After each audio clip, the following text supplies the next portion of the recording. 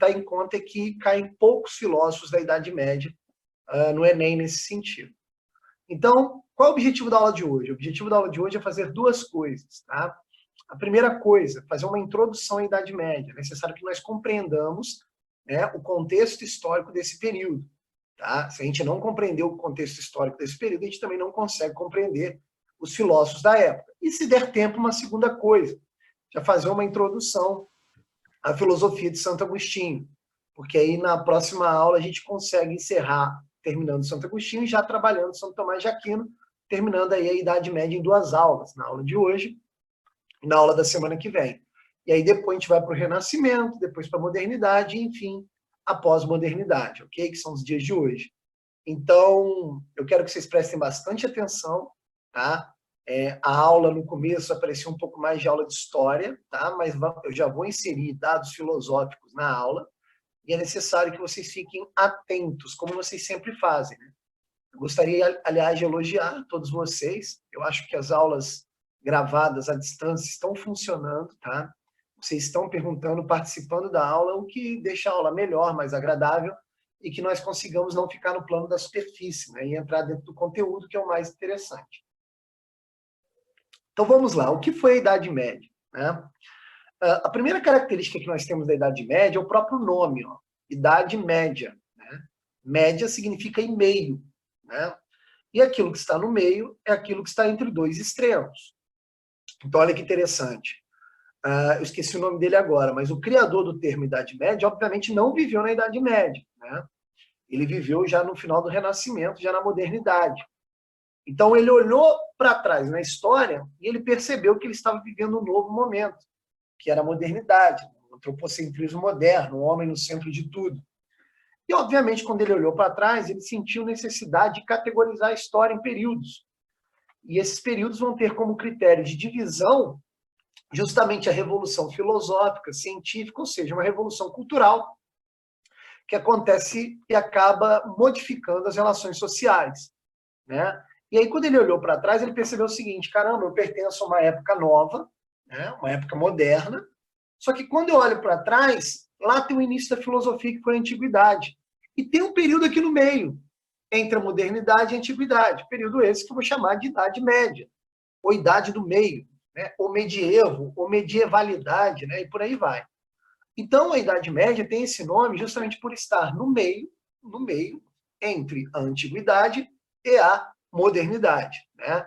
Então, só para você entender o nome, você já tem que ficar mais ou menos inteirado no que significam esses 3 períodos. A antiguidade, que já trabalhamos, a Idade Média, que estamos trabalhando, e a modernidade, que nós ainda vamos trabalhar, né? Então, Idade Média significa estar no meio desses 2 períodos. Mas para a gente entender a Idade Média, é necessário compará-la a esses períodos, né? Para ser mais exato, comparar ao período da Antiguidade Grega, já que a modernidade ainda nós vamos trabalhar. O que nós vimos na Antiguidade Grega? Assim, qual é a principal característica da Antiguidade? A principal característica da Antiguidade é o seguinte: na verdade, fazer 2 coisas. A primeira coisa é tentar entender a natureza, a realidade que nos cerca. Todo mundo percebeu que os filósofos fazem isso. Sócrates, Platão, Aristóteles, os pré-socráticos, todos eles estão fazendo sempre a mesma coisa. Ó. Eles usam o intelecto, usam a razão, para olhar para a natureza e descobrir por trás da natureza alguma estrutura permanente. Alguma coisa que eles possam falar: caramba, descobri a verdade sobre a natureza. Percebe?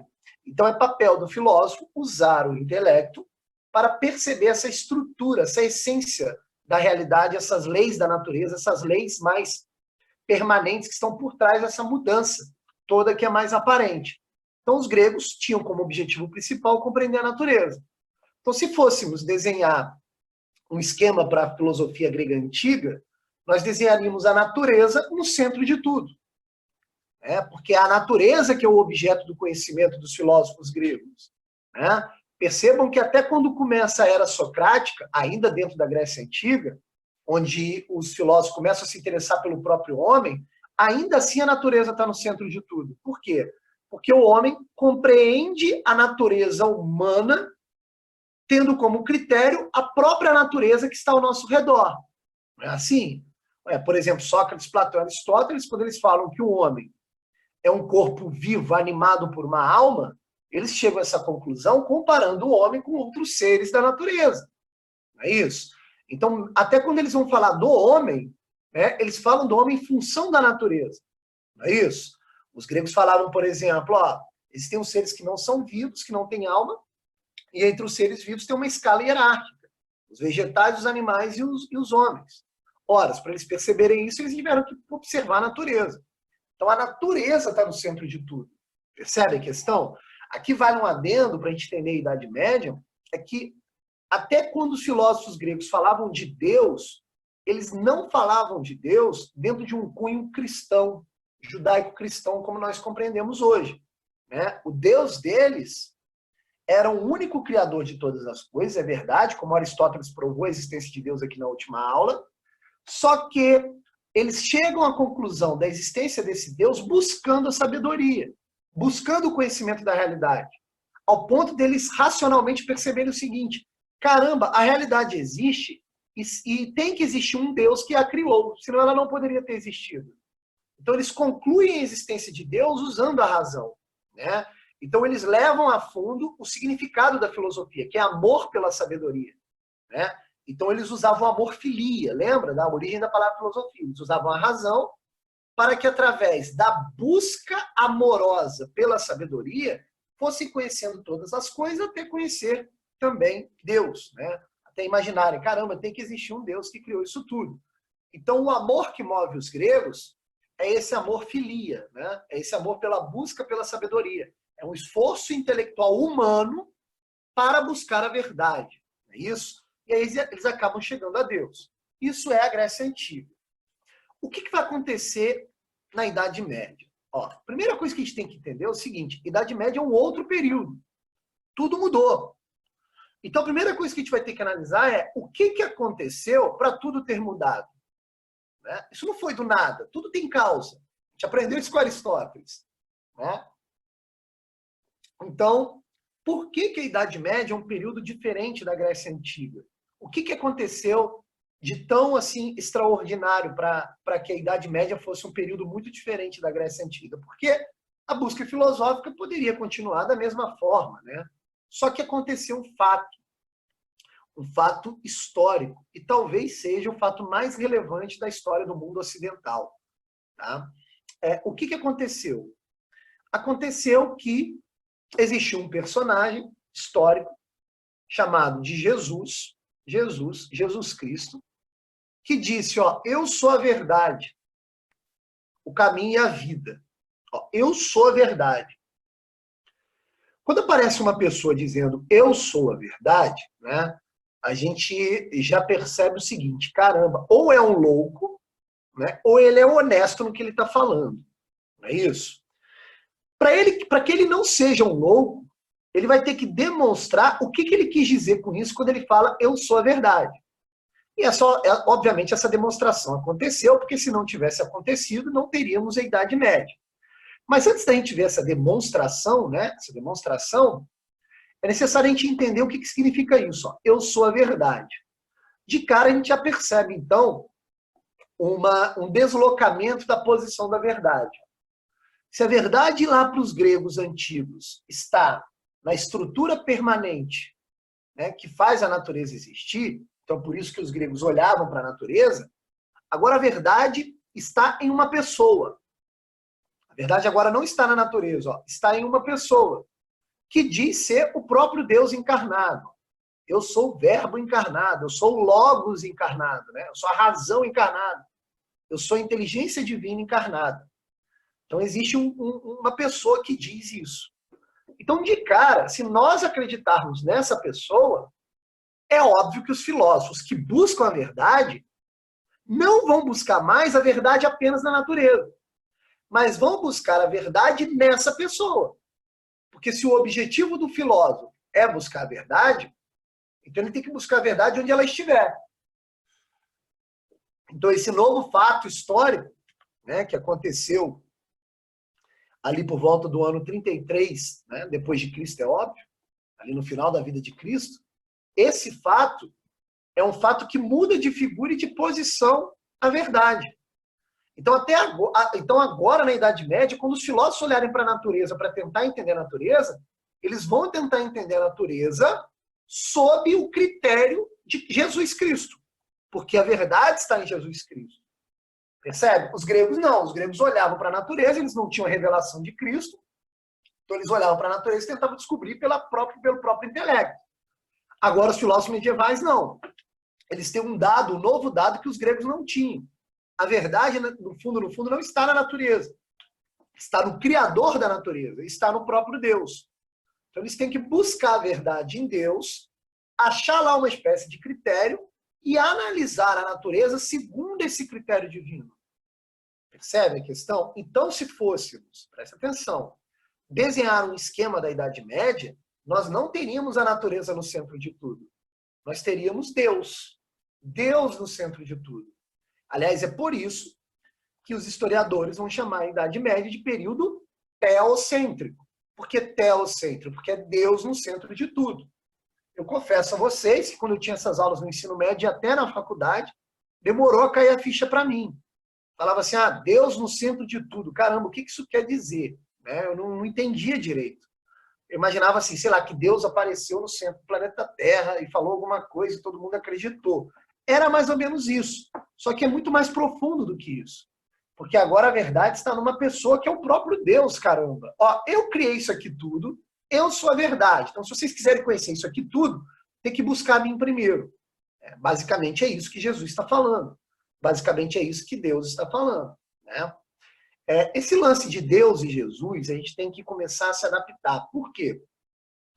A Idade Média, justamente por esse fato histórico, né? Assim, talvez o maior fato histórico de todos os tempos, a Idade Média ela é caracterizada pela religião cristã, que justamente nasce com essa nova revelação. Né? Então, para a religião cristã, Deus flui para o entendimento humano através da Santíssima Trindade. Pai, Filho e Espírito Santo. Pai, Filho e Espírito Santo é ao mesmo tempo três pessoas, são ao mesmo tempo, três pessoas, só que cada uma das pessoas é o próprio Deus. Só que Deus se revela pela Santíssima Trindade. É como se Deus se revelasse para facilitar o nosso entendimento. Que não consegue compreender o que é Deus, porque Deus é muito maior do que a própria realidade, a nossa razão não consegue entender ele por completo, mas nós conseguimos entender certos aspectos dele. E esses aspectos aparecem para nós na forma da Santíssima Trindade. Então, toda vez que falar em Espírito Santo, Jesus ou Deus, a gente está falando basicamente da mesma coisa. Essencialmente a mesma coisa. Essas três pessoas só se diferem acidentalmente, mas não cabe falar isso aqui agora, porque não é aula de teologia, é aula de filosofia. Tá? Então, o que eu quero deixar claro? A Idade Média é um período teocêntrico, porque agora a verdade, que está sempre no centro de tudo, está simbolizada por Deus. Deus que criou tudo, né? Na figura, obviamente, de Jesus Cristo. Um aluno poderia perguntar o seguinte, mas professor, os filósofos gregos também falavam de Deus. É verdade. Mas eles chegavam à conclusão que existia um Deus que criou todas as coisas. Era como se fosse uma hipótese muito provável que Deus existisse. Agora não, na Idade Média não é uma hipótese muito provável. Deus de fato existiu. E pior, encarnado, em carne e osso, na nossa frente. Caramba! O cara disse a verdade e ele está aí na nossa frente.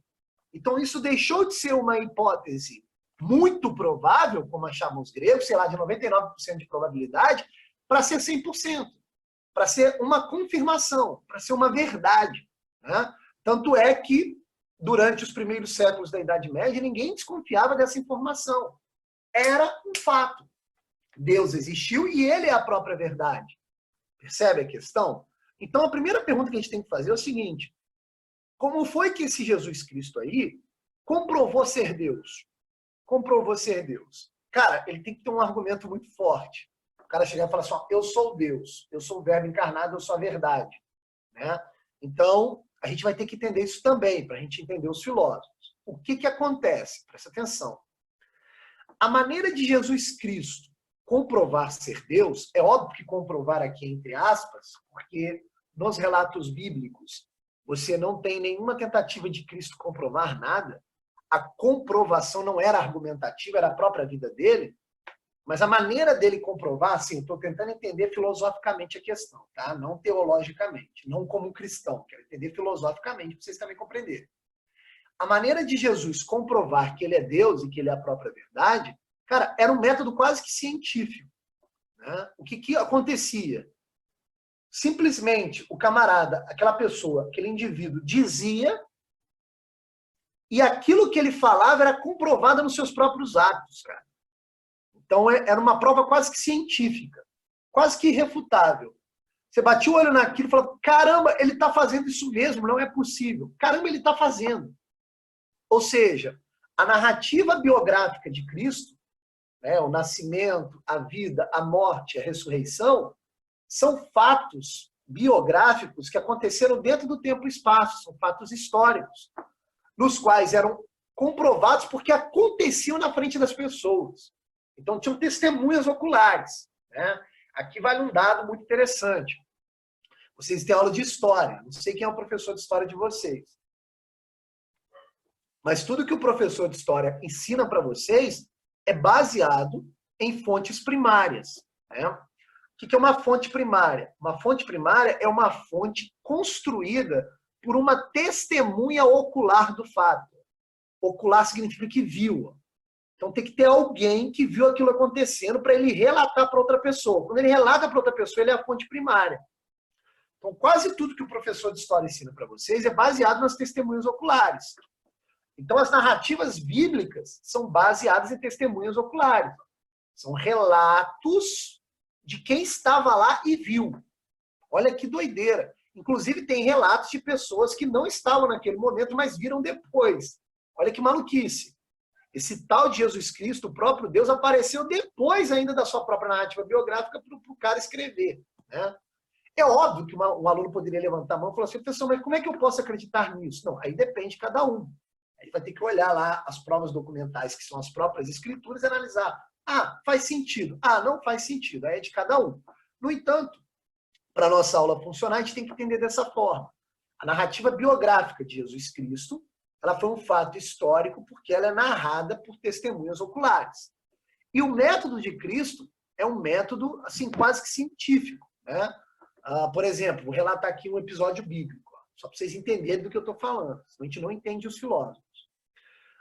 Tem um personagem bíblico chamado João Batista, que era primo de Jesus e que foi um dos que anunciaram Jesus Cristo. E quando viu Jesus Cristo já sabia que era o próprio Deus. João Batista, para quem não sabe, ele foi preso, né? E no período que ele estava preso antes da sua morte, né, ele também foi condenado à morte, ele teve a sua cabeça arrancada. Quando ele estava preso, ele foi visitado por um dos jovens, um dos seus discípulos, e o jovem foi lá visitá-lo e ele falou assim, olha, eu só quero saber de uma coisa, você vai lá e pergunta para Jesus se ele é o próprio Deus. João Batista pediu para o jovem, né, perguntar se Jesus era o próprio Deus. Aí ele vai correndo lá perguntar para Jesus.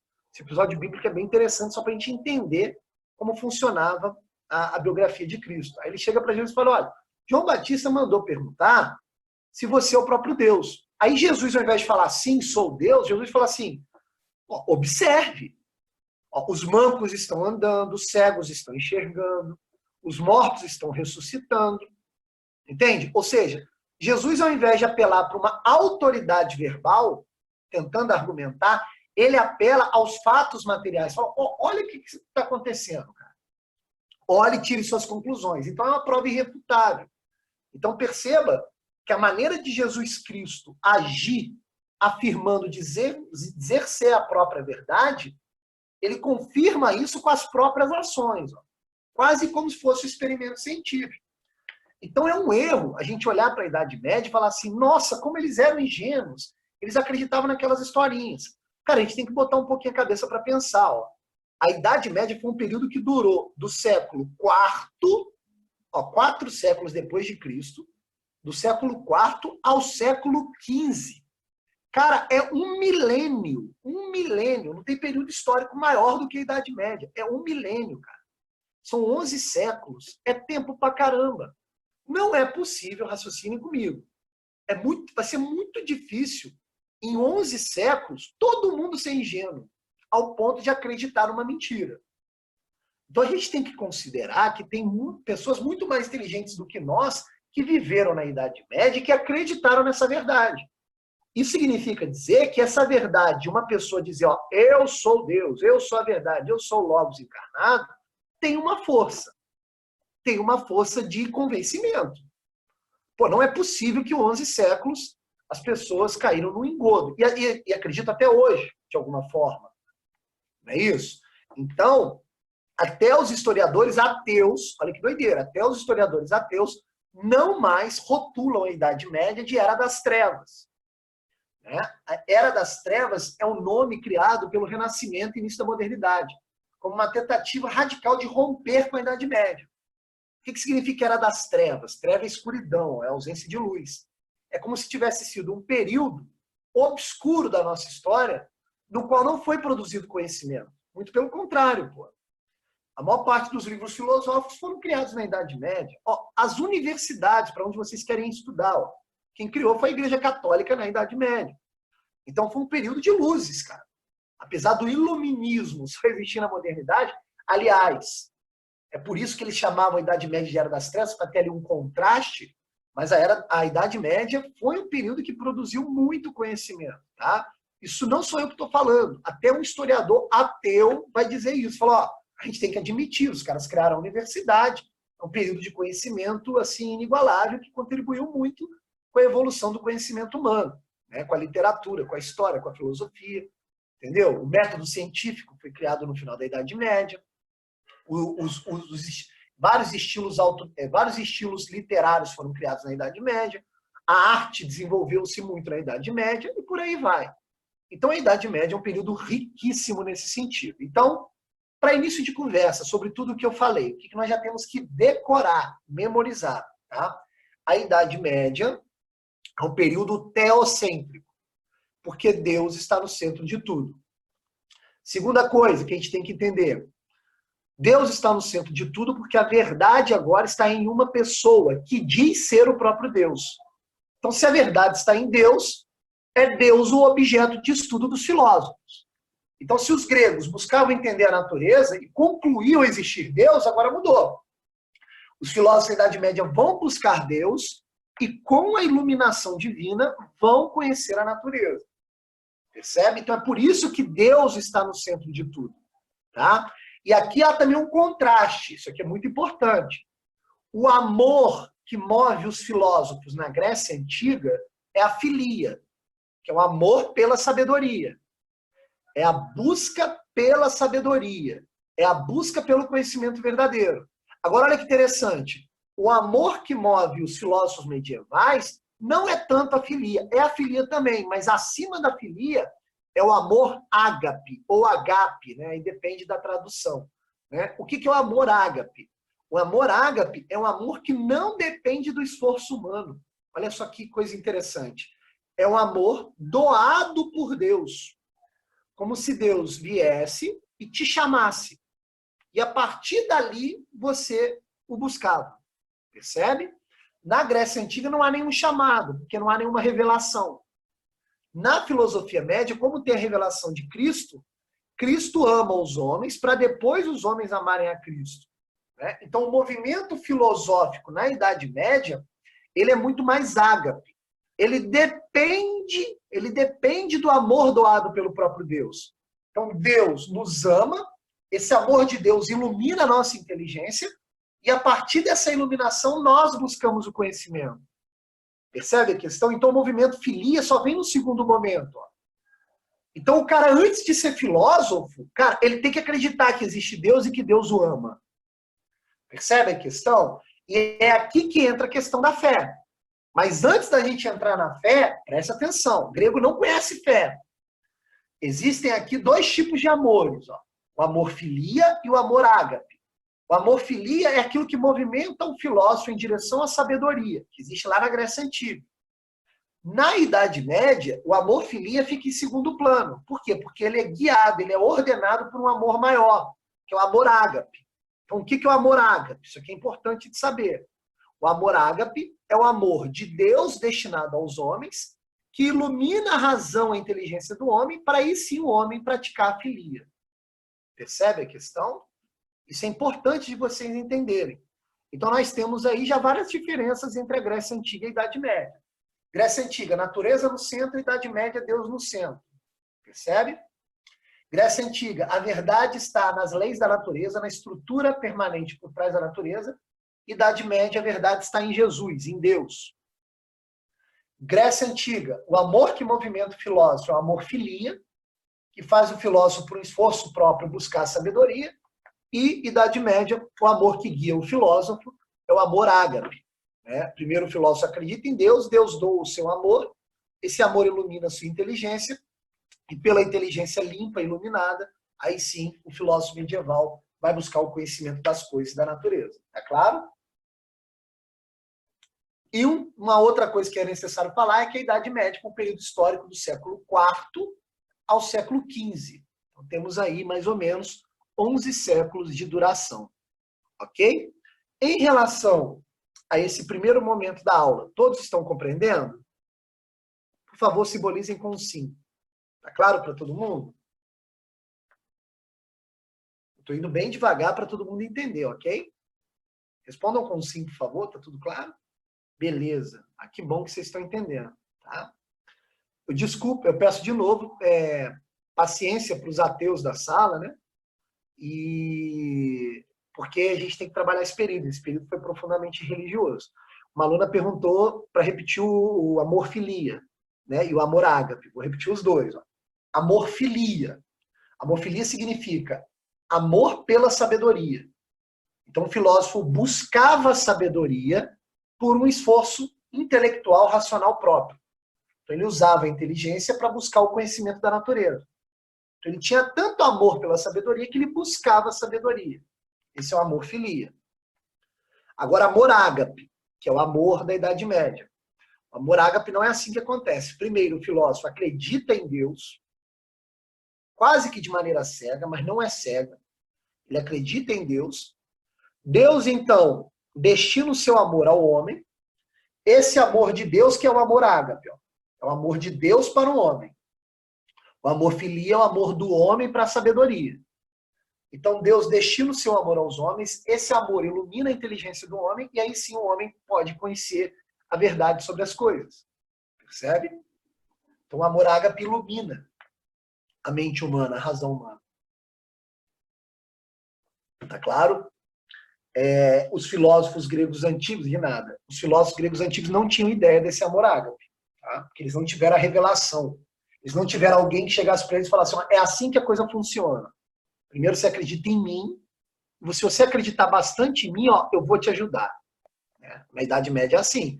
Na Antiguidade Grega não, porque eles não tinham conhecimento dessa revelação. Essa revelação ainda não tinha acontecido. Ok? Continuando então. O que acontece? Então, Deus ama os homens, esse amor ilumina a inteligência do homem, e o homem busca o conhecimento. Quando Deus ilumina o homem, Deus traz para o homem um negocinho que não existe na Grécia Antiga, chamada de fé. Fé. É muito importante entender o que é fé. Cara, se a gente não entender o que é fé, a gente não entende a aula de hoje nem a próxima aula. O que é fé? Fé não é uma crença cega. Ah, que mané, ele tem fé sobre aquilo que ele não vê. Não, não é isso. Fé não é uma crença cega. O que é fé? Fé é uma graça, ou seja, um poder doado pelo amor de Deus. Deus ama o homem e doa ao homem um negócio chamado fé. Quando Deus doa ao homem um negócio chamado fé, o homem passa a acreditar naquilo como um fato verdadeiro. E aí, olha só que interessante. Quanto mais ele acredita em alguma coisa pela fé, mais essa fé vai iluminando a inteligência do homem. De modo que o homem vai ficando mais inteligente para compreender as verdades que a inteligência sozinha não conseguiria compreender. Então, o que é fé? Fé é uma espécie de plus, de um alimento. Fé é como se fosse uma vitamina que a sua inteligência toma para ficar ainda mais poderosa. Porque existe a sua inteligência natural e existe a sua inteligência vitaminada pela fé. Isso é uma crença dos filósofos medievais, tá? A inteligência natural consegue chegar às verdades sobre a natureza. Os gregos fizeram isso. Cara, mas quando a sua inteligência, sua razão está alimentada pela fé, ela enxerga mais. Ela enxerga coisas que a razão natural sozinha não conseguiria. Percebe? Então, o que é fé? Fé é uma graça divina que visa iluminar a razão humana, que visa iluminar a inteligência humana, para que eu possa compreender melhor as coisas. Então, olha que interessante. Quanto mais fé eu tenho, mais inteligente eu fico. Porque minha inteligência mais fica iluminada para enxergar melhor as coisas, para iluminar melhor as coisas. Então, se eu compreendo muitas coisas usando a inteligência natural, eu vou compreender mais coisas usando a fé. Então, pelo amor de Deus, preste atenção no que eu vou dizer. Tem muita gente que erra a questão do Enem, porque não presta atenção no que eu vou dizer agora. Olha só. Fé não é o contrário de inteligência e de razão. Pelo amor de Deus, não é. Fé, na verdade, visa completar a razão. A fé não entra em contradição à razão. A fé ilumina a razão para que a razão possa compreender melhor. Percebe a questão? Então, eu tenho aqui mais uma característica da Idade Média. Vai ter ali uma união, um vínculo entre fé e razão, entre religião e filosofia. A fé não vai vir para destruir a filosofia. E nem a filosofia existe para destruir a fé, muito pelo contrário. A fé vem para ajudar a filosofia. Ajudar a filosofia a enxergar melhor. Ajudar o intelecto humano, a razão humana, a buscar conhecimentos que ela sozinha não conseguiria. Então, a fé ilumina a inteligência humana. Então, para o nosso esqueminha de memorização sobre a Idade Média, nós temos, Idade Média, teocentrismo, Deus no centro de tudo, primeira característica. Segunda característica, a verdade está em uma pessoa, está encarnada em uma pessoa, que é Jesus Cristo, que é o próprio Deus. Terceira característica, a Idade Média é um período extremamente religioso, né? No qual uma religião, chamada religião cristã, vai determinar o conhecimento humano. Quarta característica, o amor que move os filósofos é o amor ágape. E quinta característica, na Idade Média, fé e razão se vinculam. O grego antigo não sabe o que é fé. O homem medieval sabe o que é fé, porque o próprio Deus ensinou para eles o que é fé. Então a fé vai ficar vinculada à razão e vai iluminar a nossa razão para compreendermos melhor as coisas. Percebe a questão? Então, basicamente, são 5 características da Idade Média nesse primeiro momento. Então, é necessário entender o seguinte, a fé não é o contrário da razão. A fé ilumina a razão e a completa. Faz ela enxergar mais. Tá claro? Deixa eu ver se tem alguma pergunta aqui. Ah, não, já foi. Tá joia? Então é isso. Então a fé serve para iluminar a razão. Definidas essas 5 características principais da Idade Média, já dá para entender o seguinte: caramba, o filósofo medieval ele é diferente do filósofo grego. Porque o filósofo medieval agora não vai querer compreender as coisas apenas pela inteligência, mas também pela fé. Horas. Se a fé está vinculada à razão humana na Idade Média, então esse filósofo medieval ele vai ter um trabalho duro pela frente. Porque tudo que ele falar em nome da fé, de certa forma, ele vai ter de demonstrar racionalmente. Em outras palavras, tem uma via dupla. Porque tudo que ele explicar racionalmente, ele vai ter de mostrar onde foi que a fé o ajudou. Né? Então, o período da filosofia medieval não é um período ingênuo. Porque quando você lê um filósofo medieval, como o Santo Tomás de Aquino, por exemplo, cara, é impressionante. Você vai ler e fala, Pô, peraí, cara. O cara está justificando a fé todinha racionalmente. E quando a razão dele não acompanha, ele pede aqui um pouco mais de fé e o negócio funciona. Ele explica melhor as coisas. Né? Então, fé e razão estão vinculadas, estão conciliadas. E não tem como existir um filósofo medieval que separe as duas coisas.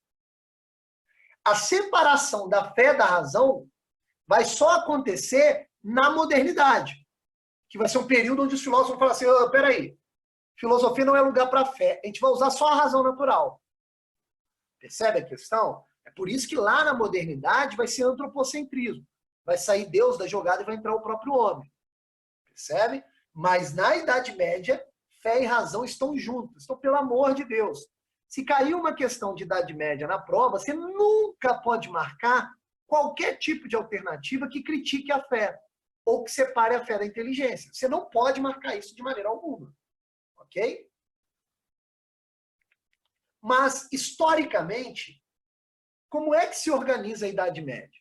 É isso que nós vamos ver agora. A Antiguidade Grega nós vimos. A Antiguidade Grega ela se organiza em dois períodos. Pré-socráticos e socráticos. Vocês estão lembrados disso. A filosofia medieval, ela também vai se estruturar em dois períodos. Tá? Em dois períodos. Então, preste atenção nisso daqui. Os primeiros 8 séculos da Idade Média são chamados por um nome que determina esse primeiro período. É chamado de patrística. Então, presta atenção aí. Mais ou menos do século IV. Mais ou menos do século IV. Até o século, deixa eu fazer a conta aqui, 11, até mais ou menos o século XII, até mais ou menos o século XII, nós temos o primeiro período chamado de patrística. E nos 3 últimos séculos, nós temos o período chamado de escolástica. Então, presta atenção. Apareceu na prova do Enem o nome patrística e o nome escolástica, você já sabe que se trata dos dois períodos dentro da Idade Média, dentro do medievo, dentro do período medieval. Patrística é a grande parte da Idade Média e escolástica é o finalzinho, podemos dizer assim, os 3 últimos séculos, que é tempo pra caramba, da Idade Média. O objetivo agora da nossa aula é compreender esses dois períodos de maneira detalhada, a patrística e a escolástica. Tá? Comecemos pela patrística.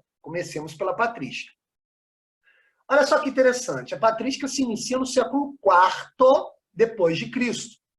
Então, olha só que doideira. Apesar da Idade Média ter surgido como um efeito da vida de Cristo, a Idade Média só vai maturar e só vai existir de fato 4 séculos depois de Cristo. A pergunta que não quer calar é por que houve essa demora? Porque teria que ser assim, ó. Cristo falou sua verdade. Aqui, ó, vou ensinar um negocinho para vocês chamado fé. Vocês vão usar a fé, vão ficar mais inteligentes, vão compreender as coisas melhor. E a partir dali já começar a Idade Média. Mas não, demorou 4 séculos para a Idade Média surgir. Por que isso ocorreu? Simples. Porque Cristo, em sua biografia, ele se envolveu com poucas pessoas entre aspas. Então, como acontece a revelação? Devemos lembrar da aula passada. Deus se revela aos homens, esses homens revelam aquela verdade a outros homens, que revela a outros homens, que revela a outros homens, em círculos cada vez mais abertos, tendo como centro o próprio Deus, a própria revelação, vai formando ali uma religião. Então, a religião ela vai sendo formada aos poucos. Então, a cultura cristã ela foi sendo formada aos poucos. Né? Cristo chegou para os primeiros homens, que são os discípulos, e disse, olha, faz assim, assim, assim, assado, que a coisa funciona. Ó, Deus vai salvar vocês, vocês vão compreender melhor as coisas. Vocês vão ficar mais vivos. A inteligência de vocês vai ficar mais viva. Então, faz assim, assim, assado. Esses discípulos viram a coisa acontecendo, viu que funciona e ensinou para outros. Então, tivemos os discípulos dos discípulos. Esse ensinou para outros, que ensinou para outros, que ensinou para outros, e por aí vai. Então, na medida que essa cultura foi se alastrando, né, o cristianismo foi sobrevivendo. Vale a pena dizer que 4 séculos parece muito tempo, mas nem é tanto tempo para uma religião se formar. Mas ela se formou basicamente em 4 séculos. Os primeiros cristãos foram os discípulos, até os últimos cristãos. Vale lembrar também que o cristianismo ele sofreu perdas e teve que enfrentar obstáculos bizarros durante esse período. Só para vocês terem uma ideia, muita gente morreu em nome de Cristo. O Império Romano ele demorou um pouco a se reconciliar com o cristianismo. Por isso que a patrística demorou a existir. Até a religião cristã se transformar numa religião oficial, teve que existir uma união entre Deus e o Estado. Até essa união entre Deus e o Estado político acontecer, o Estado político, obviamente, perseguiu os cristãos. Então, muita gente morreu, foi condenada à morte em nome do cristianismo, em nome do próprio Deus, em nome de Cristo. Então, olha que coisa impressionante. Olha que coisa impressionante. O cristianismo teve tudo para não sobreviver. Pô, cara, olha só, uma pessoa ser perseguida e ser morta e não renunciar à própria fé, quer dizer que o cara acreditava naquilo mesmo. Por isso que eu não creio que seja uma crença ingênua. Entendeu? Muita gente perseguida e muita gente morta. Quase todos os discípulos de Cristo foram sacrificados. Os discípulos dos discípulos também temos histórias de vários mártires, né, dentro da igreja. Os caras morriam, eram condenados à morte por acreditar em Deus, por dizerem acreditar em Jesus Cristo. Então me parece que isso é uma verdade bem séria. Então essa verdade foi se alastrando até o Estado, até o Império Romano falar assim, cara, ó, não dá para combater isso aí, cara. Os caras acreditam nisso mesmo, deixa eu conhecer isso melhor. Aí o imperador foi lá conhecer e falou, caramba, o negócio é verdadeiro mesmo. Vamos oficializar essa religião. Essa religião se torna oficial no Estado. E aí Roma passa a ser uma Roma cristã. Por isso que a Igreja Católica é a Igreja Católica Romana. Percebe a questão? Então, quando a religião se junta ao Estado, aí sim vão surgir os grandes filósofos medievais, a partir do século IV. Não que não existissem filósofos antes disso, mas vai se estabelecer na história a patrística, que é o primeiro momento da Idade Média, a partir do século IV. E por que esse primeiro período tem o nome de patrística? Patrística aí vem de padre, vem de padre. Padre significa pai, pai. Então vem dos pais da igreja. Quem são os pais da igreja? Os pais da igreja são os primeiros pais dos cristãos, que segundo a doutrina católica, o primeiro deles foi Pedro, um dos discípulos de Cristo.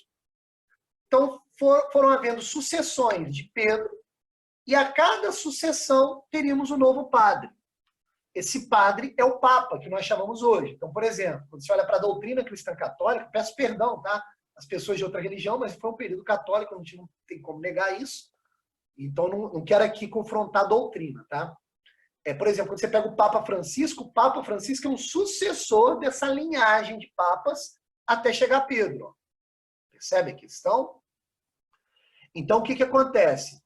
Os padres, os primeiros padres da igreja, os primeiros papas da igreja, eles tinham um trabalho dificílimo, que era o de formar uma doutrina, ou seja, formar um conhecimento intelectual, se baseando nas revelações do próprio Jesus Cristo. Ou seja, formando uma doutrina para mostrar para os fiéis o que os fiéis devem fazer para imitar Cristo, para eles terem a alma salva e blá, blá, blá.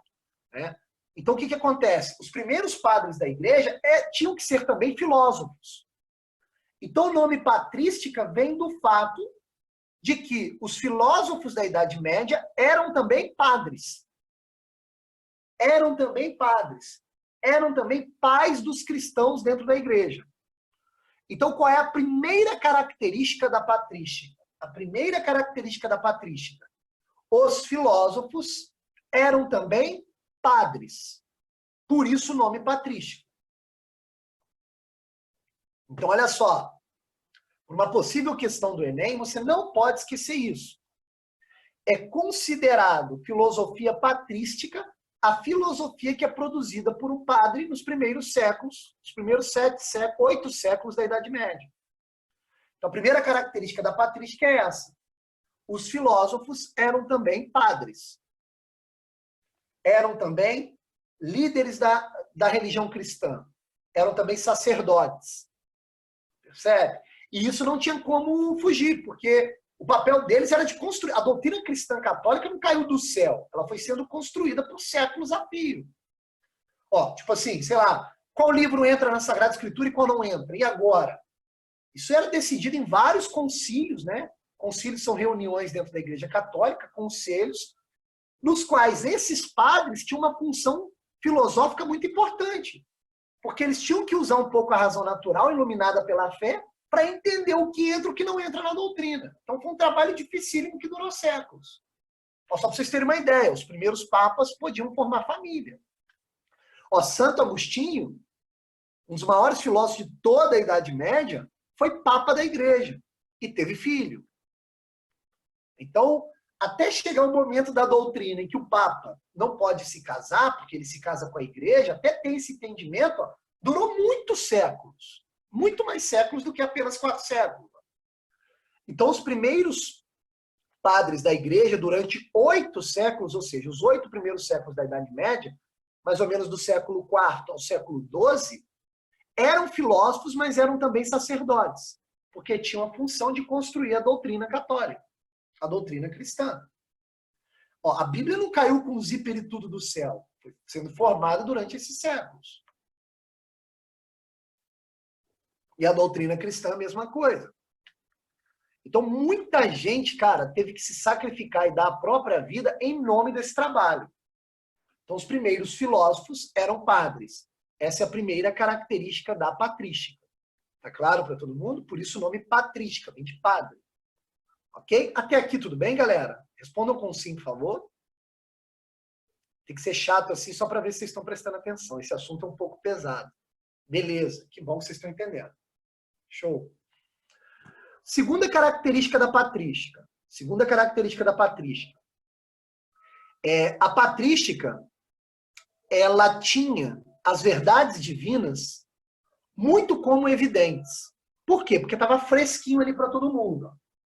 Jesus Cristo se revelou para os discípulos se revelaram para outros, para outros, até chegar ao século IV. Então, quando a gente chega ao século IV, que é o primeiro século da Idade Média, o primeiro século da patrística, a verdade de Cristo, ninguém duvida dela. Só quem não está dentro do cristianismo que duvida, mas quem está ali dentro, ninguém duvida. Por quê? Porque a verdade está muito evidente. Porque bastaram aí 4 séculos para que uma geração contasse a outra. E como a verdade estava muito próxima historicamente, a maneira da pessoa contar para outra era uma maneira que fala assim, caramba, esse cara não está mentindo. O que esse cara está dizendo é verdade. Você já deve ter percebido isso, né? Quando uma pessoa fala a verdade, quando uma pessoa não fala. Quando a pessoa fala a verdade, você vê o brilho no olhar da pessoa. A pessoa está falando aquilo mesmo. Então, como a verdade divina estava muito nova, tinha apenas 4 séculos de idade, ninguém na patrística duvidava daquelas verdades. Então, preste atenção no que eu vou dizer agora, que é a segunda característica da patrística. Os filósofos da patrística não duvidavam das verdades da fé. Então, se eles não duvidavam das verdades da fé, eles não precisavam comprovar racionalmente as verdades da fé. Não há necessidade de eu provar a existência de Deus. Não há necessidade de eu provar a existência da alma. Não há necessidade de eu provar a existência do bem. Não há necessidade de eu provar a existência do mal. Não há essa necessidade. Por quê? Porque as verdades estão autoevidentes. Elas estão claras. Cara, o jeito que a revelação foi me dada é um jeito que eu falo assim, caramba, não tem como isso daí ser mentira. Então o trabalho dos filósofos da patrística não é um trabalho de querer comprovar as coisas, mas é um trabalho de querer explicar as coisas. Percebe a questão? Explicar não é comprovar, não é a mesma coisa. Então os filósofos da patrística eles tinham a finalidade de explicar as verdades da fé. Né? Então, qual é a segunda característica da patrística? Os filósofos buscavam explicar racionalmente as verdades da fé. Explicar, não comprovar, porque não precisa de comprovar. Todo mundo já acredita. Então, ao invés de eu comprovar a existência de Deus, eu vou tentar explicar o que é Deus. Para que a pessoa tenha ainda mais força na fé. Fique mais inteligente. Percebe a questão? Então, a segunda característica é explicar racionalmente as verdades da fé. É o que vai fazer, por exemplo, o Santo Agostinho. O Agostinho não vai querer comprovar nada. Ele até comprova por força filosófica, mas o objetivo principal dele é explicar. Ele está partindo do princípio que quem está lendo o livro dele já acredita nas verdades da fé. Já acredita na revelação. Percebe a questão? Então, esse é o segundo papel da patrística, a segunda característica da patrística. Percebe? Então, olha que interessante. Se fôssemos achar um símbolo para a patrística, e aqui eu vou colocar como terceira característica, esse símbolo pode ser usado como a frase do próprio Santo Agostinho. Né? Que ele diz o seguinte, deixa eu pegar a frase aqui como ela foi escrita, só para vocês entenderem, tá? Que é uma frase que simboliza toda a patrística. Olha o que ele diz, ó. Crer para conhecer e conhecer para crer. Então, se você substituir a palavra crer pela palavra fé, então, ó, é necessário ter fé para buscar a verdade e é necessária a verdade para se ter mais fé. Então, o que quer dizer essa terceira característica da patrística? A terceira característica para a patrística é que a fé ilumina a razão e a razão auxilia a fé. Percebe? Porque o objetivo não é comprovar nada. É mostrar que a fé serve para ajudar a minha razão e a razão ela serve para auxiliar a fé. Pediram para eu repetir a frase. Vou repetir. Abre aspas. Crer para conhecer e conhecer para crer. É uma frase de Santo Agostinho. É uma frase emblemática da patrística. Eu acredito para conhecer mais, mas eu busco também o conhecimento para acreditar mais. Aí um ciclo, né? A fé ilumina a razão e a razão auxilia a fé. Percebe? Isso daí é um lema dos filósofos da patrística. Os filósofos da patrística estão dizendo o seguinte, ó, eu não estou aqui para querer comprovar nada, porque ninguém duvida das verdades de Deus. Estou aqui apenas para ajudar todos vocês a entender melhor essas verdades de Deus. Pô, então era um trabalho dificílimo. Só para vocês terem uma ideia, cara. Cara, são 8 séculos só fazendo isso. Assim. Professor, mas dá tanta filosofia para fazer isso? Dá, porque o negócio é complicado. Como é que você explica o milagre, cara? Que doideira. Entende a questão? Como é que você explica a alma? Assim, entende? Eu sei que os filósofos gregos já explicavam mais ou menos o que é a alma, mas, cara, agora eu tenho novos ensinamentos do próprio Deus, então eu tenho que me adaptar a essa verdade trazida pelo próprio Deus. Então, minha razão agora ela não corre livre, leve e solta. Ela tem que agir em função da fé, em função das verdades reveladas pelo próprio Deus. Percebe a questão? Então, essa é a terceira característica da patrística. Os filósofos eram padres, os filósofos eram sacerdotes. Segunda característica, já até esqueci. Caramba. Caramba, esqueci. Tá. Segunda característica caramba. Esqueci a segunda característica, galera. Me lembra aí. Que doideira. Deu branco. Vamos lá, terceira característica. Isso aí. Segunda característica, eles não duvidavam das verdades de Deus. Obrigado, viu? Segunda característica, eles não duvidavam da verdade de Deus, eram verdades autoevidentes. E a terceira característica é que a fé ilumina a razão e a razão auxilia a fé. Então, fé e razão ali tem uma relação de interdependência, podemos dizer assim. Ok? Quarta característica. Além de padres, eles eram também filósofos. Ora, se eles eram filósofos, eles estudavam filosofia. Óbvio. Mas qual é a filosofia que eles estudavam? Simples. A única filosofia que existia até o momento, que era a filosofia da Grécia Antiga. Então, olha que coisa impressionante. Os filósofos da patrística, eles não tinham preconceito contra a filosofia pagã. Por que pagã? Porque não era uma filosofia cristã. Pagão é aquilo que não é cristão. Então era uma filosofia pagã, a filosofia dos gregos, de Sócrates, Platão, Aristóteles, pré-socráticos, etc. Mas os filósofos da patrística não tinham preconceitos. Eles usavam a filosofia pagã também. Eles usavam para quê? Para tentar entender a busca pela sabedoria dos filósofos gregos e ver o que aquilo da filosofia grega tem a ver com as verdades reveladas com Deus. Percebe a questão? Então, os filósofos da patrística vão buscar na filosofia grega aqueles filósofos que estão no mesmo caminho das verdades reveladas. Em outras palavras, aspectos da filosofia grega que não entram em contradição com as verdades reveladas pelo próprio Deus. E aí os filósofos da patrística, eles vão entrar em contato principalmente com a filosofia de Platão, com a filosofia platônica. Por que com a filosofia de Platão? Por um motivo muito simples. Quando nós estudamos Platão aqui no DAC, nós vimos que Platão dizia que as verdades não eram desse mundo, mas de um outro mundo. Pô, cara, isso daí parece com o cristianismo, cara. Ó, a salvação não é desse mundo, é de outro mundo. Quando Jesus joga as moedas, né, aos hipócritas lá que estão comercializando dentro do templo, ele fala, ó, dê a César o que é de César e dê a Deus o que é de Deus. Então ele está dizendo, existe esse mundo que é o mundo de César, que é o mundo material, e existe um outro mundo que é o mundo de Deus, que é o mundo imaterial, que é o mundo das ideias de Platão. Então o que os filósofos da patrística vão perceber? Eles falam, caramba, esse Platão aqui chegou perto. Realmente existe um outro mundo das verdades imutáveis. É óbvio que Platão não chamou de mundo de Deus, que, pô, ele não teve a revelação divina, nós tivemos. Mas olha, o Platão tateou a questão muito bem, quase chegou ao X da questão. Então, qual vai ser a quarta característica da filosofia na patrística?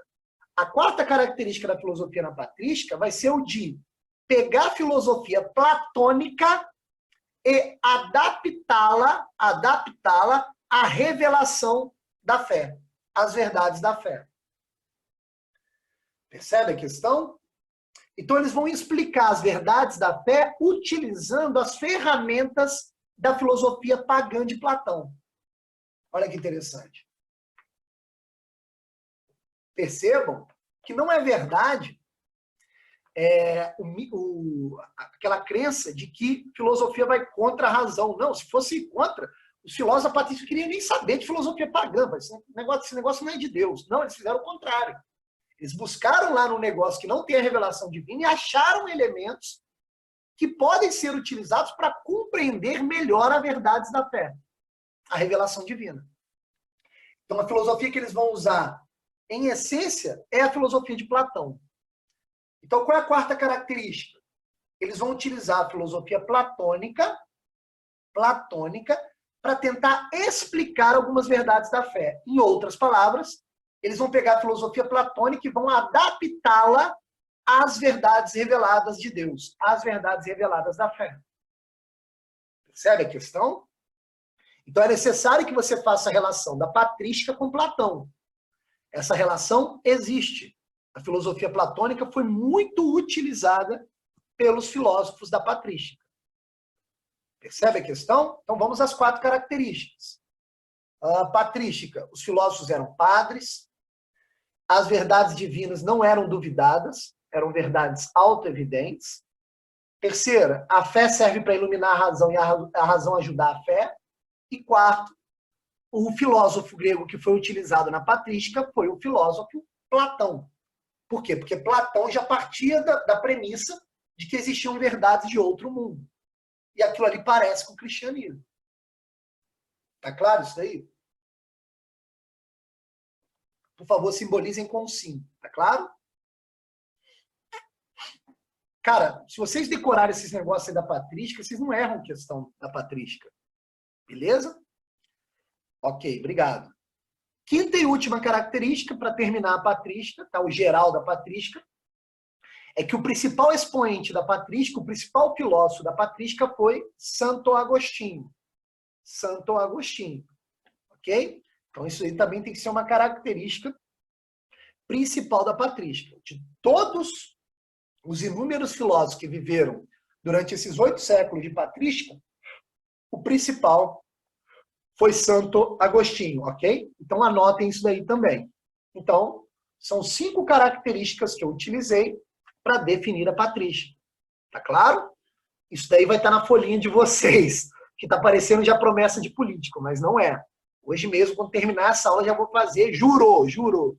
Tá? Ó, tô jurando, falando de Deus, hein? Ó, não vai ter como fugir. Eu juro que eu vou fazer essa folhinha e entregar para vocês hoje ainda. Terminamos a patrística. Então, basicamente, a patrística tem essa estrutura. Agora vamos para a escolástica, que é o finalzinho ali da Idade Média, que corresponde ali aos últimos séculos. Aos últimos, mais ou menos, 3 séculos da Idade Média. Vamos à escolástica. Quais são as características da escolástica? Vou tentar enumerá-las igual eu fiz com a patrística, ok? Primeira coisa que a gente tem que entender. O período da escolástica já não é um período próximo historicamente às verdades reveladas. Cara, já se passaram 8 séculos. É tempo pra caramba. Se você pegar os 8 séculos e somar com mais 4, vai dar 12. Né? Então, Cristo se revelou, os discípulos foram revelando aquela verdade, o cristianismo foi se formando, aí durou 4 séculos, iniciou a patrística e durou mais 8. Então, até chegar à escolástica foram 12. Alguém perguntou isso sobre Santo Agostinho. Acho que não vai dar tempo hoje, a gente vai trabalhar na próxima aula. Santo Agostinho e Santo Tomás de Aquino vamos trabalhar de maneira particular, tá? Primeiro eu estou dando uma visão geral da Idade Média, ok? Essa é uma pergunta aqui do Igor. Então vamos lá, voltando ao nosso raciocínio. A escolástica, então, é um período mais distante da revelação. Passaram-se 12 séculos, mais de um milênio, até chegar à escolástica. Então, os filósofos da escolástica eles vão ter um trabalho maior, porque agora a verdade não é tão autoevidente assim, cara. Não é tão autoevidente assim, porque as pessoas, quando elas começam a se distanciar do fato historicamente, a tendência é o esquecimento. Você vai desvinculando daquela verdade original.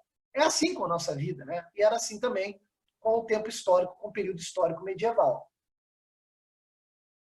Então, o que vai acontecer? A Igreja Católica vai perceber esse movimento no qual as pessoas não vão ter tanta certeza das verdades divinas. É óbvio que elas ainda tinham o vislumbre de que aquilo tudo que falavam que ser revelação era realmente verdadeiro. Mas esse vislumbre ia se esvanecendo, se enfraquecendo à medida que o tempo ia passando. E a Igreja Católica percebeu isso. Então, o que a Igreja Católica vai fazer? Ela vai construir um novo momento dentro da Idade Média, que é o tal da escolástica. Olha que coisa impressionante. A Igreja Católica vai perceber o seguinte: é necessário difundir com mais alcance as verdades da fé, mas não de qualquer jeito. É necessário difundir as verdades da fé com uma qualidade intelectual apurada. Então, o que a igreja vai fazer? Ela vai começar a construir centros de excelência educacional. Para quê? Para além de difundir as verdades da fé de forma intelectual apurada, ainda assim formar uma nova elite intelectual que defenda a fé cristã. Percebe a questão? Então, o que vai acontecer na escolástica? A Igreja Católica vai começar a construir aquilo que nós chamamos de universidades. Por isso o nome escolástica, vem de escola. Percebe? Vem de ensino e aprendizagem. Né? Vem de difusão das verdades da fé de modo intelectual. Porque agora, olha só que interessante, não basta explicar as verdades da fé, mas tem que explicá-las racionalmente, comprovando-as. Se antes lá na patrística nós não precisávamos de comprovar as verdades da fé, agora na escolástica já é necessário. Porque a fé das pessoas não está tão forte assim. E para fortalecer a fé das pessoas, nós vamos fazer esse trabalho de difusão do conhecimento das verdades da fé pelo meio intelectual, criando escolas e universidades. Então, as universidades, né, as faculdades para onde vocês querem ir, foi uma criação, foram criações da Igreja Católica, no período da escolástica. Aliás, é por isso que se chama escolástica, porque é entendida pela criação das universidades. Percebe a questão? E olha que interessante, as universidades, cara, olha, eu desconfio que as universidades daquela época davam um banho nas universidades de hoje. quando você vai ler relatos da época, você fala assim, caraca, eles produziam muito conhecimento. Porque o conhecimento, a maneira deles conhecerem as coisas, era uma maneira toda estruturada. Você viu o conhecimento das verdades da fé e das verdades da fé se estruturando as outras ciências, que eles chamavam de artes liberais. Né? Conhecimentos que vão dar liberdade, maior liberdade ao ser humano. E aí você tinha dentro das universidades coisas muito interessantes, como as disputas, eles ficavam disputando intelectualmente para ver quem acessava melhor a verdade. Quando a verdade aparecia, todos eles aceitavam a autoridade, e por aí vai. Mas, para pontuarmos para o Enem, é necessário trazer a primeira característica da escolástica. Qual é a primeira característica da escolástica? A criação das universidades. Criação de uma nova elite intelectual através da criação das universidades. Então, a primeira característica é criação das universidades para formar uma nova elite intelectual. Essa é a primeira característica da escolástica. Criação das universidades para formar uma nova elite intelectual. Percebe? Aí olha que interessante. Nessas universidades se ensinavam todas as ciências. Matemática, né? Gramática, lógica, filosofia, por aí vai. E todas essas ciências elas eram estruturadas dentro de uma hierarquia. Desde a ciência mais baixa à ciência mais alta. A ciência mais alta era a teologia, que explicava coisas de Deus. Abaixo da teologia era a dialética, era a filosofia. E depois vinham as outras ciências, os outros saberes, que não cabe falar aqui. Mas por que eu estou dizendo isso tudo? Porque é daqui que cabe a segunda característica. Olha que interessante. Dentro dessas universidades, aconteciam as disputas, né? Que em latim vinha como nome disputatio. Disputatio significa disputa. O que eram essas disputas? Olha que interessante. De tantos intelectuais da época buscarem o conhecimento usando essas artes em função da teologia, em função das verdades da fé, eles, por vezes, ficavam com algumas dúvidas e não conseguiam resolver o problema. Né? Por exemplo, eles tentavam, sei lá, comprovar a existência de Deus. Aí eles iam argumentando e daqui a pouco eles falavam assim, caramba, não estou conseguindo comprovar isso. Então, o que eles faziam? Eles colocavam o seu argumento à prova dentro de uma disputa de argumentos com outros intelectuais, que eram as tais disputas, no terreno da dialética, no terreno da filosofia. Mais ou menos como Sócrates fazia na praça pública, debatendo com as pessoas. Só que eles faziam isso dentro da universidade. Então eram debates que aconteciam publicamente dentro das universidades e eram debates acalorados, calorosos. E o resultado desses debates era sempre um avanço em direção ao maior entendimento dessas verdades da fé. Então é daqui que nós tiramos a segunda característica da escolástica. O conhecimento da escolástica acontecia de uma forma dialética, através de disputas, através de debates. Então as universidades eram verdadeiros campos do conhecimento. As pessoas iam disputando, iam debatendo até chegar a uma verdade, usando mais ou menos aquele método dialético lá de Sócrates. Só que, ao contrário de Sócrates, eles não estavam querendo fazer com que a verdade fosse trazida à luz de dentro da alma humana somente. Mas eles queriam chegar para confirmar as verdades da fé, para comprovar melhor as verdades da fé. Então, se a primeira característica é a criação das universidades, a segunda característica é que o conhecimento na escolástica acontecia através dos debates, das disputas argumentativas. Percebe? Então, todo o conhecimento filosófico da Idade Média, dentro da escolástica, vinha através dessas disputas, que eles chamavam em latim de disputatio, né? Ou seja, de disputa dialética, de debate dialético. Né? Os debates eram de alta qualidade, possivelmente se nós voltássemos no tempo e presenciássemos esse debate, possivelmente nós ficaríamos viajando no primeiro momento, porque era um nível muito de excelentíssimo intelecto, tá? E desses debates iam surgindo novas provas sobre as verdades da fé. Então aquilo ali também auxiliou a formação da doutrina cristã. Então olha quanto tempo a doutrina cristã foi sendo formada. Percebe a questão? Então essa é a segunda característica. As verdades da fé eram também comprovadas através de disputas dialéticas, de disputas através de argumentos. Ok?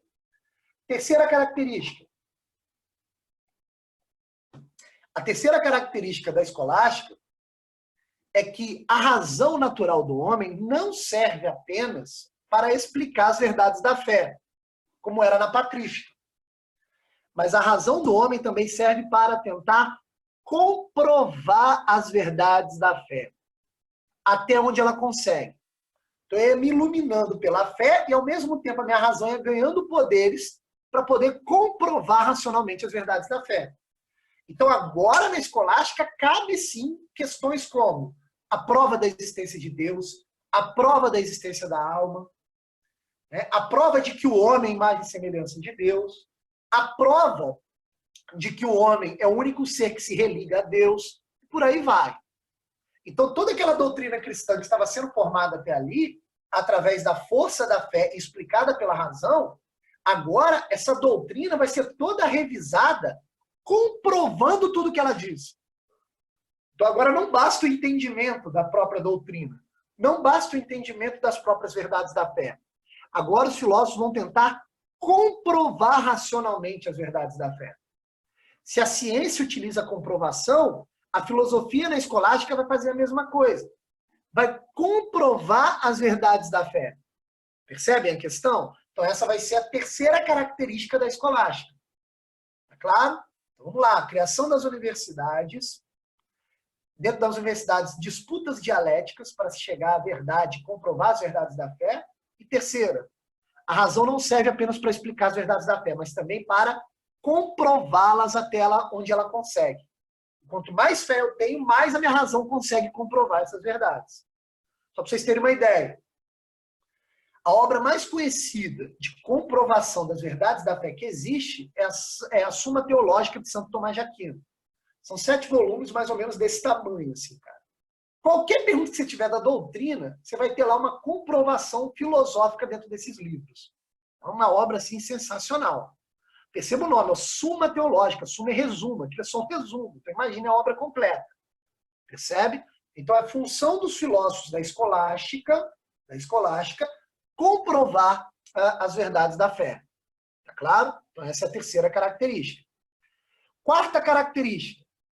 Os filósofos escolásticos também estudaram as filosofias gregas. É óbvio, eram filósofos. Só que olha que interessante. Parece até uma coisa de Deus mesmo. A partir da escolástica, descobriram novas obras que estavam sumidas durante a patrística lá da Grécia Antiga. Então, olha que doideira. Todas as obras de Aristóteles não foram lidas pelos filósofos da patrística. Sabe por quê? Porque elas foram descobertas depois. E aí, quando os escolásticos descobriram a força da filosofia de Aristóteles, eles falaram, caramba, esse Aristóteles era um gênio. Era pagão, é verdade, não conhece a revelação divina, mas, cara, ele era um gênio. Ele tateou aqui certas questões que dá para usar. Então, qual vai ser a quarta característica da escolástica? Os filósofos da escolástica não vão usar Platão. Eles vão ler Platão também, mas não vão usar Platão. De maneira essencial, eles vão usar Aristóteles. Isso faz todo sentido do mundo. Porque o Aristóteles, não sei se vocês lembram, é um filósofo mais científico. Ó. É um filósofo que comprova melhor o que está falando. O Platão já partia de certas premissas que não precisavam de comprovação. O Aristóteles não. Tudo que ele fala ele tem que comprovar. Porque o cara é mais científico. Tanto é que ele vai dizer, ó, as verdades são desse mundo. As verdades estão aqui. Se a gente observar bem, dá para comprová-las. Dá para comprová-las. Então, os filósofos da escolástica, o que eles vão fazer?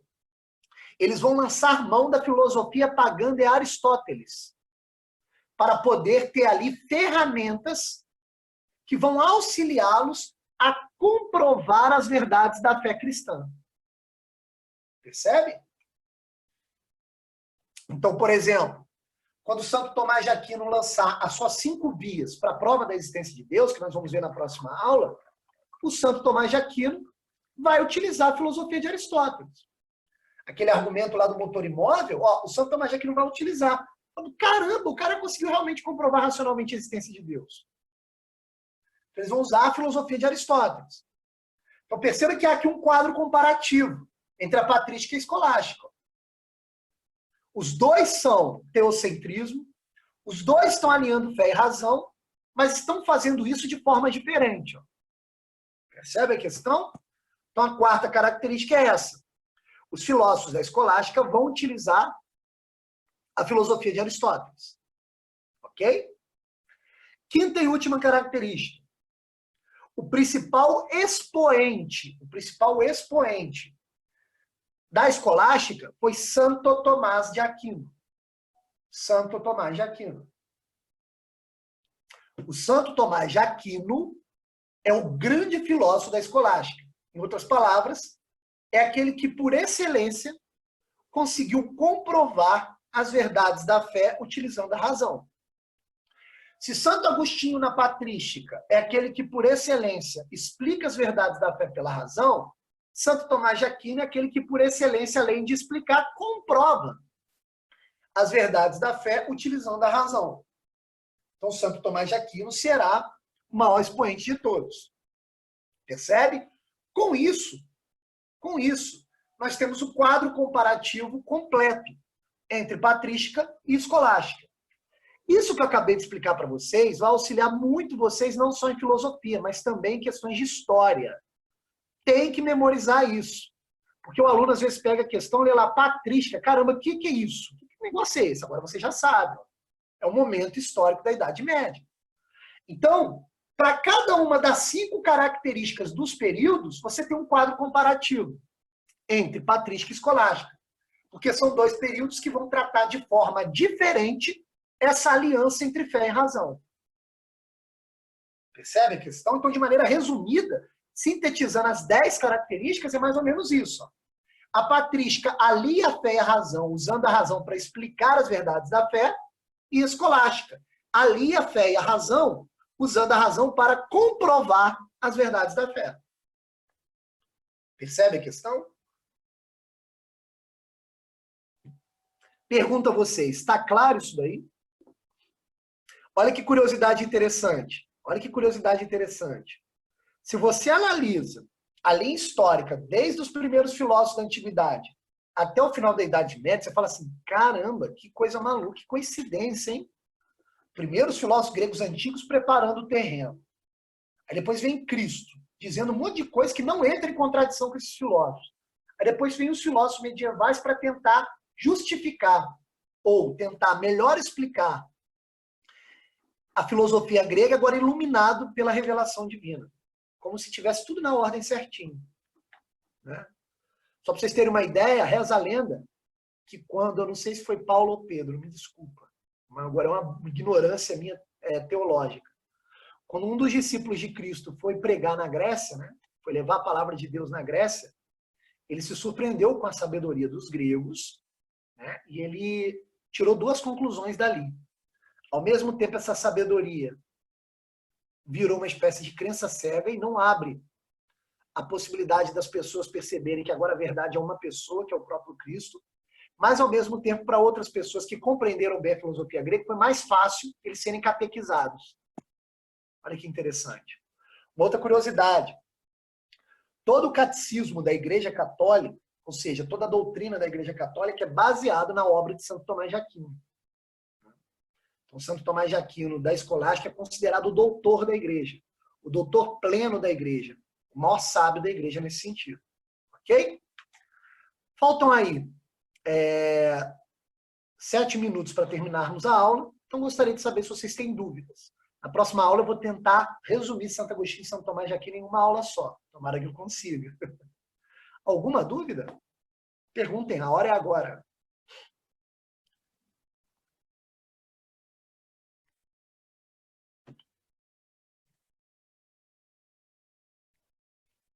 Se quiserem perguntar, tudo certo aqui, professor. Milena já falou que não tem dúvida. Sinalizem, por favor.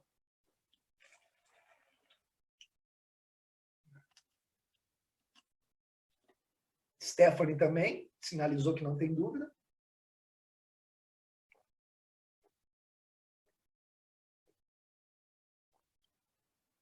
Cara, que ótimo. Então todo mundo entendeu. Que legal. Que bom. Não é uma aula difícil, percebem? Espero que todos vocês tenham compreendido a profundidade. Valeu, Cecília. Eu que agradeço. Então, percebam que a conclusão que a gente pode tirar da nossa aula é que a Idade Média não foi um período superficial, foi um período bem profundo, de muito conhecimento. Tá joia? Obrigado pela aula, ok. Obrigado a vocês. Então, com isso, nós terminamos a aula. Espero que todos tenham gostado, né? Gostar já é mais difícil, mas se tiverem gostado, melhor ainda. Espero que todos vocês tenham compreendido a aula, ok?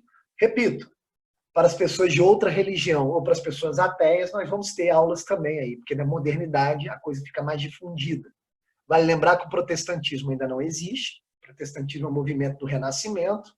E aí filósofos protestantes só vão surgir depois na modernidade, ok? E filósofos ateus só na pós-modernidade. Tá joia? Foi então um prazer dar aula para vocês, trabalhar com vocês. Muito obrigado aí pela atenção, pelas questões levantadas. Então fiquem com Deus. Até a próxima. Até semana que vem. Até mais. Tchau, tchau. Daqui a pouco a folhinha. Tchau, tchau.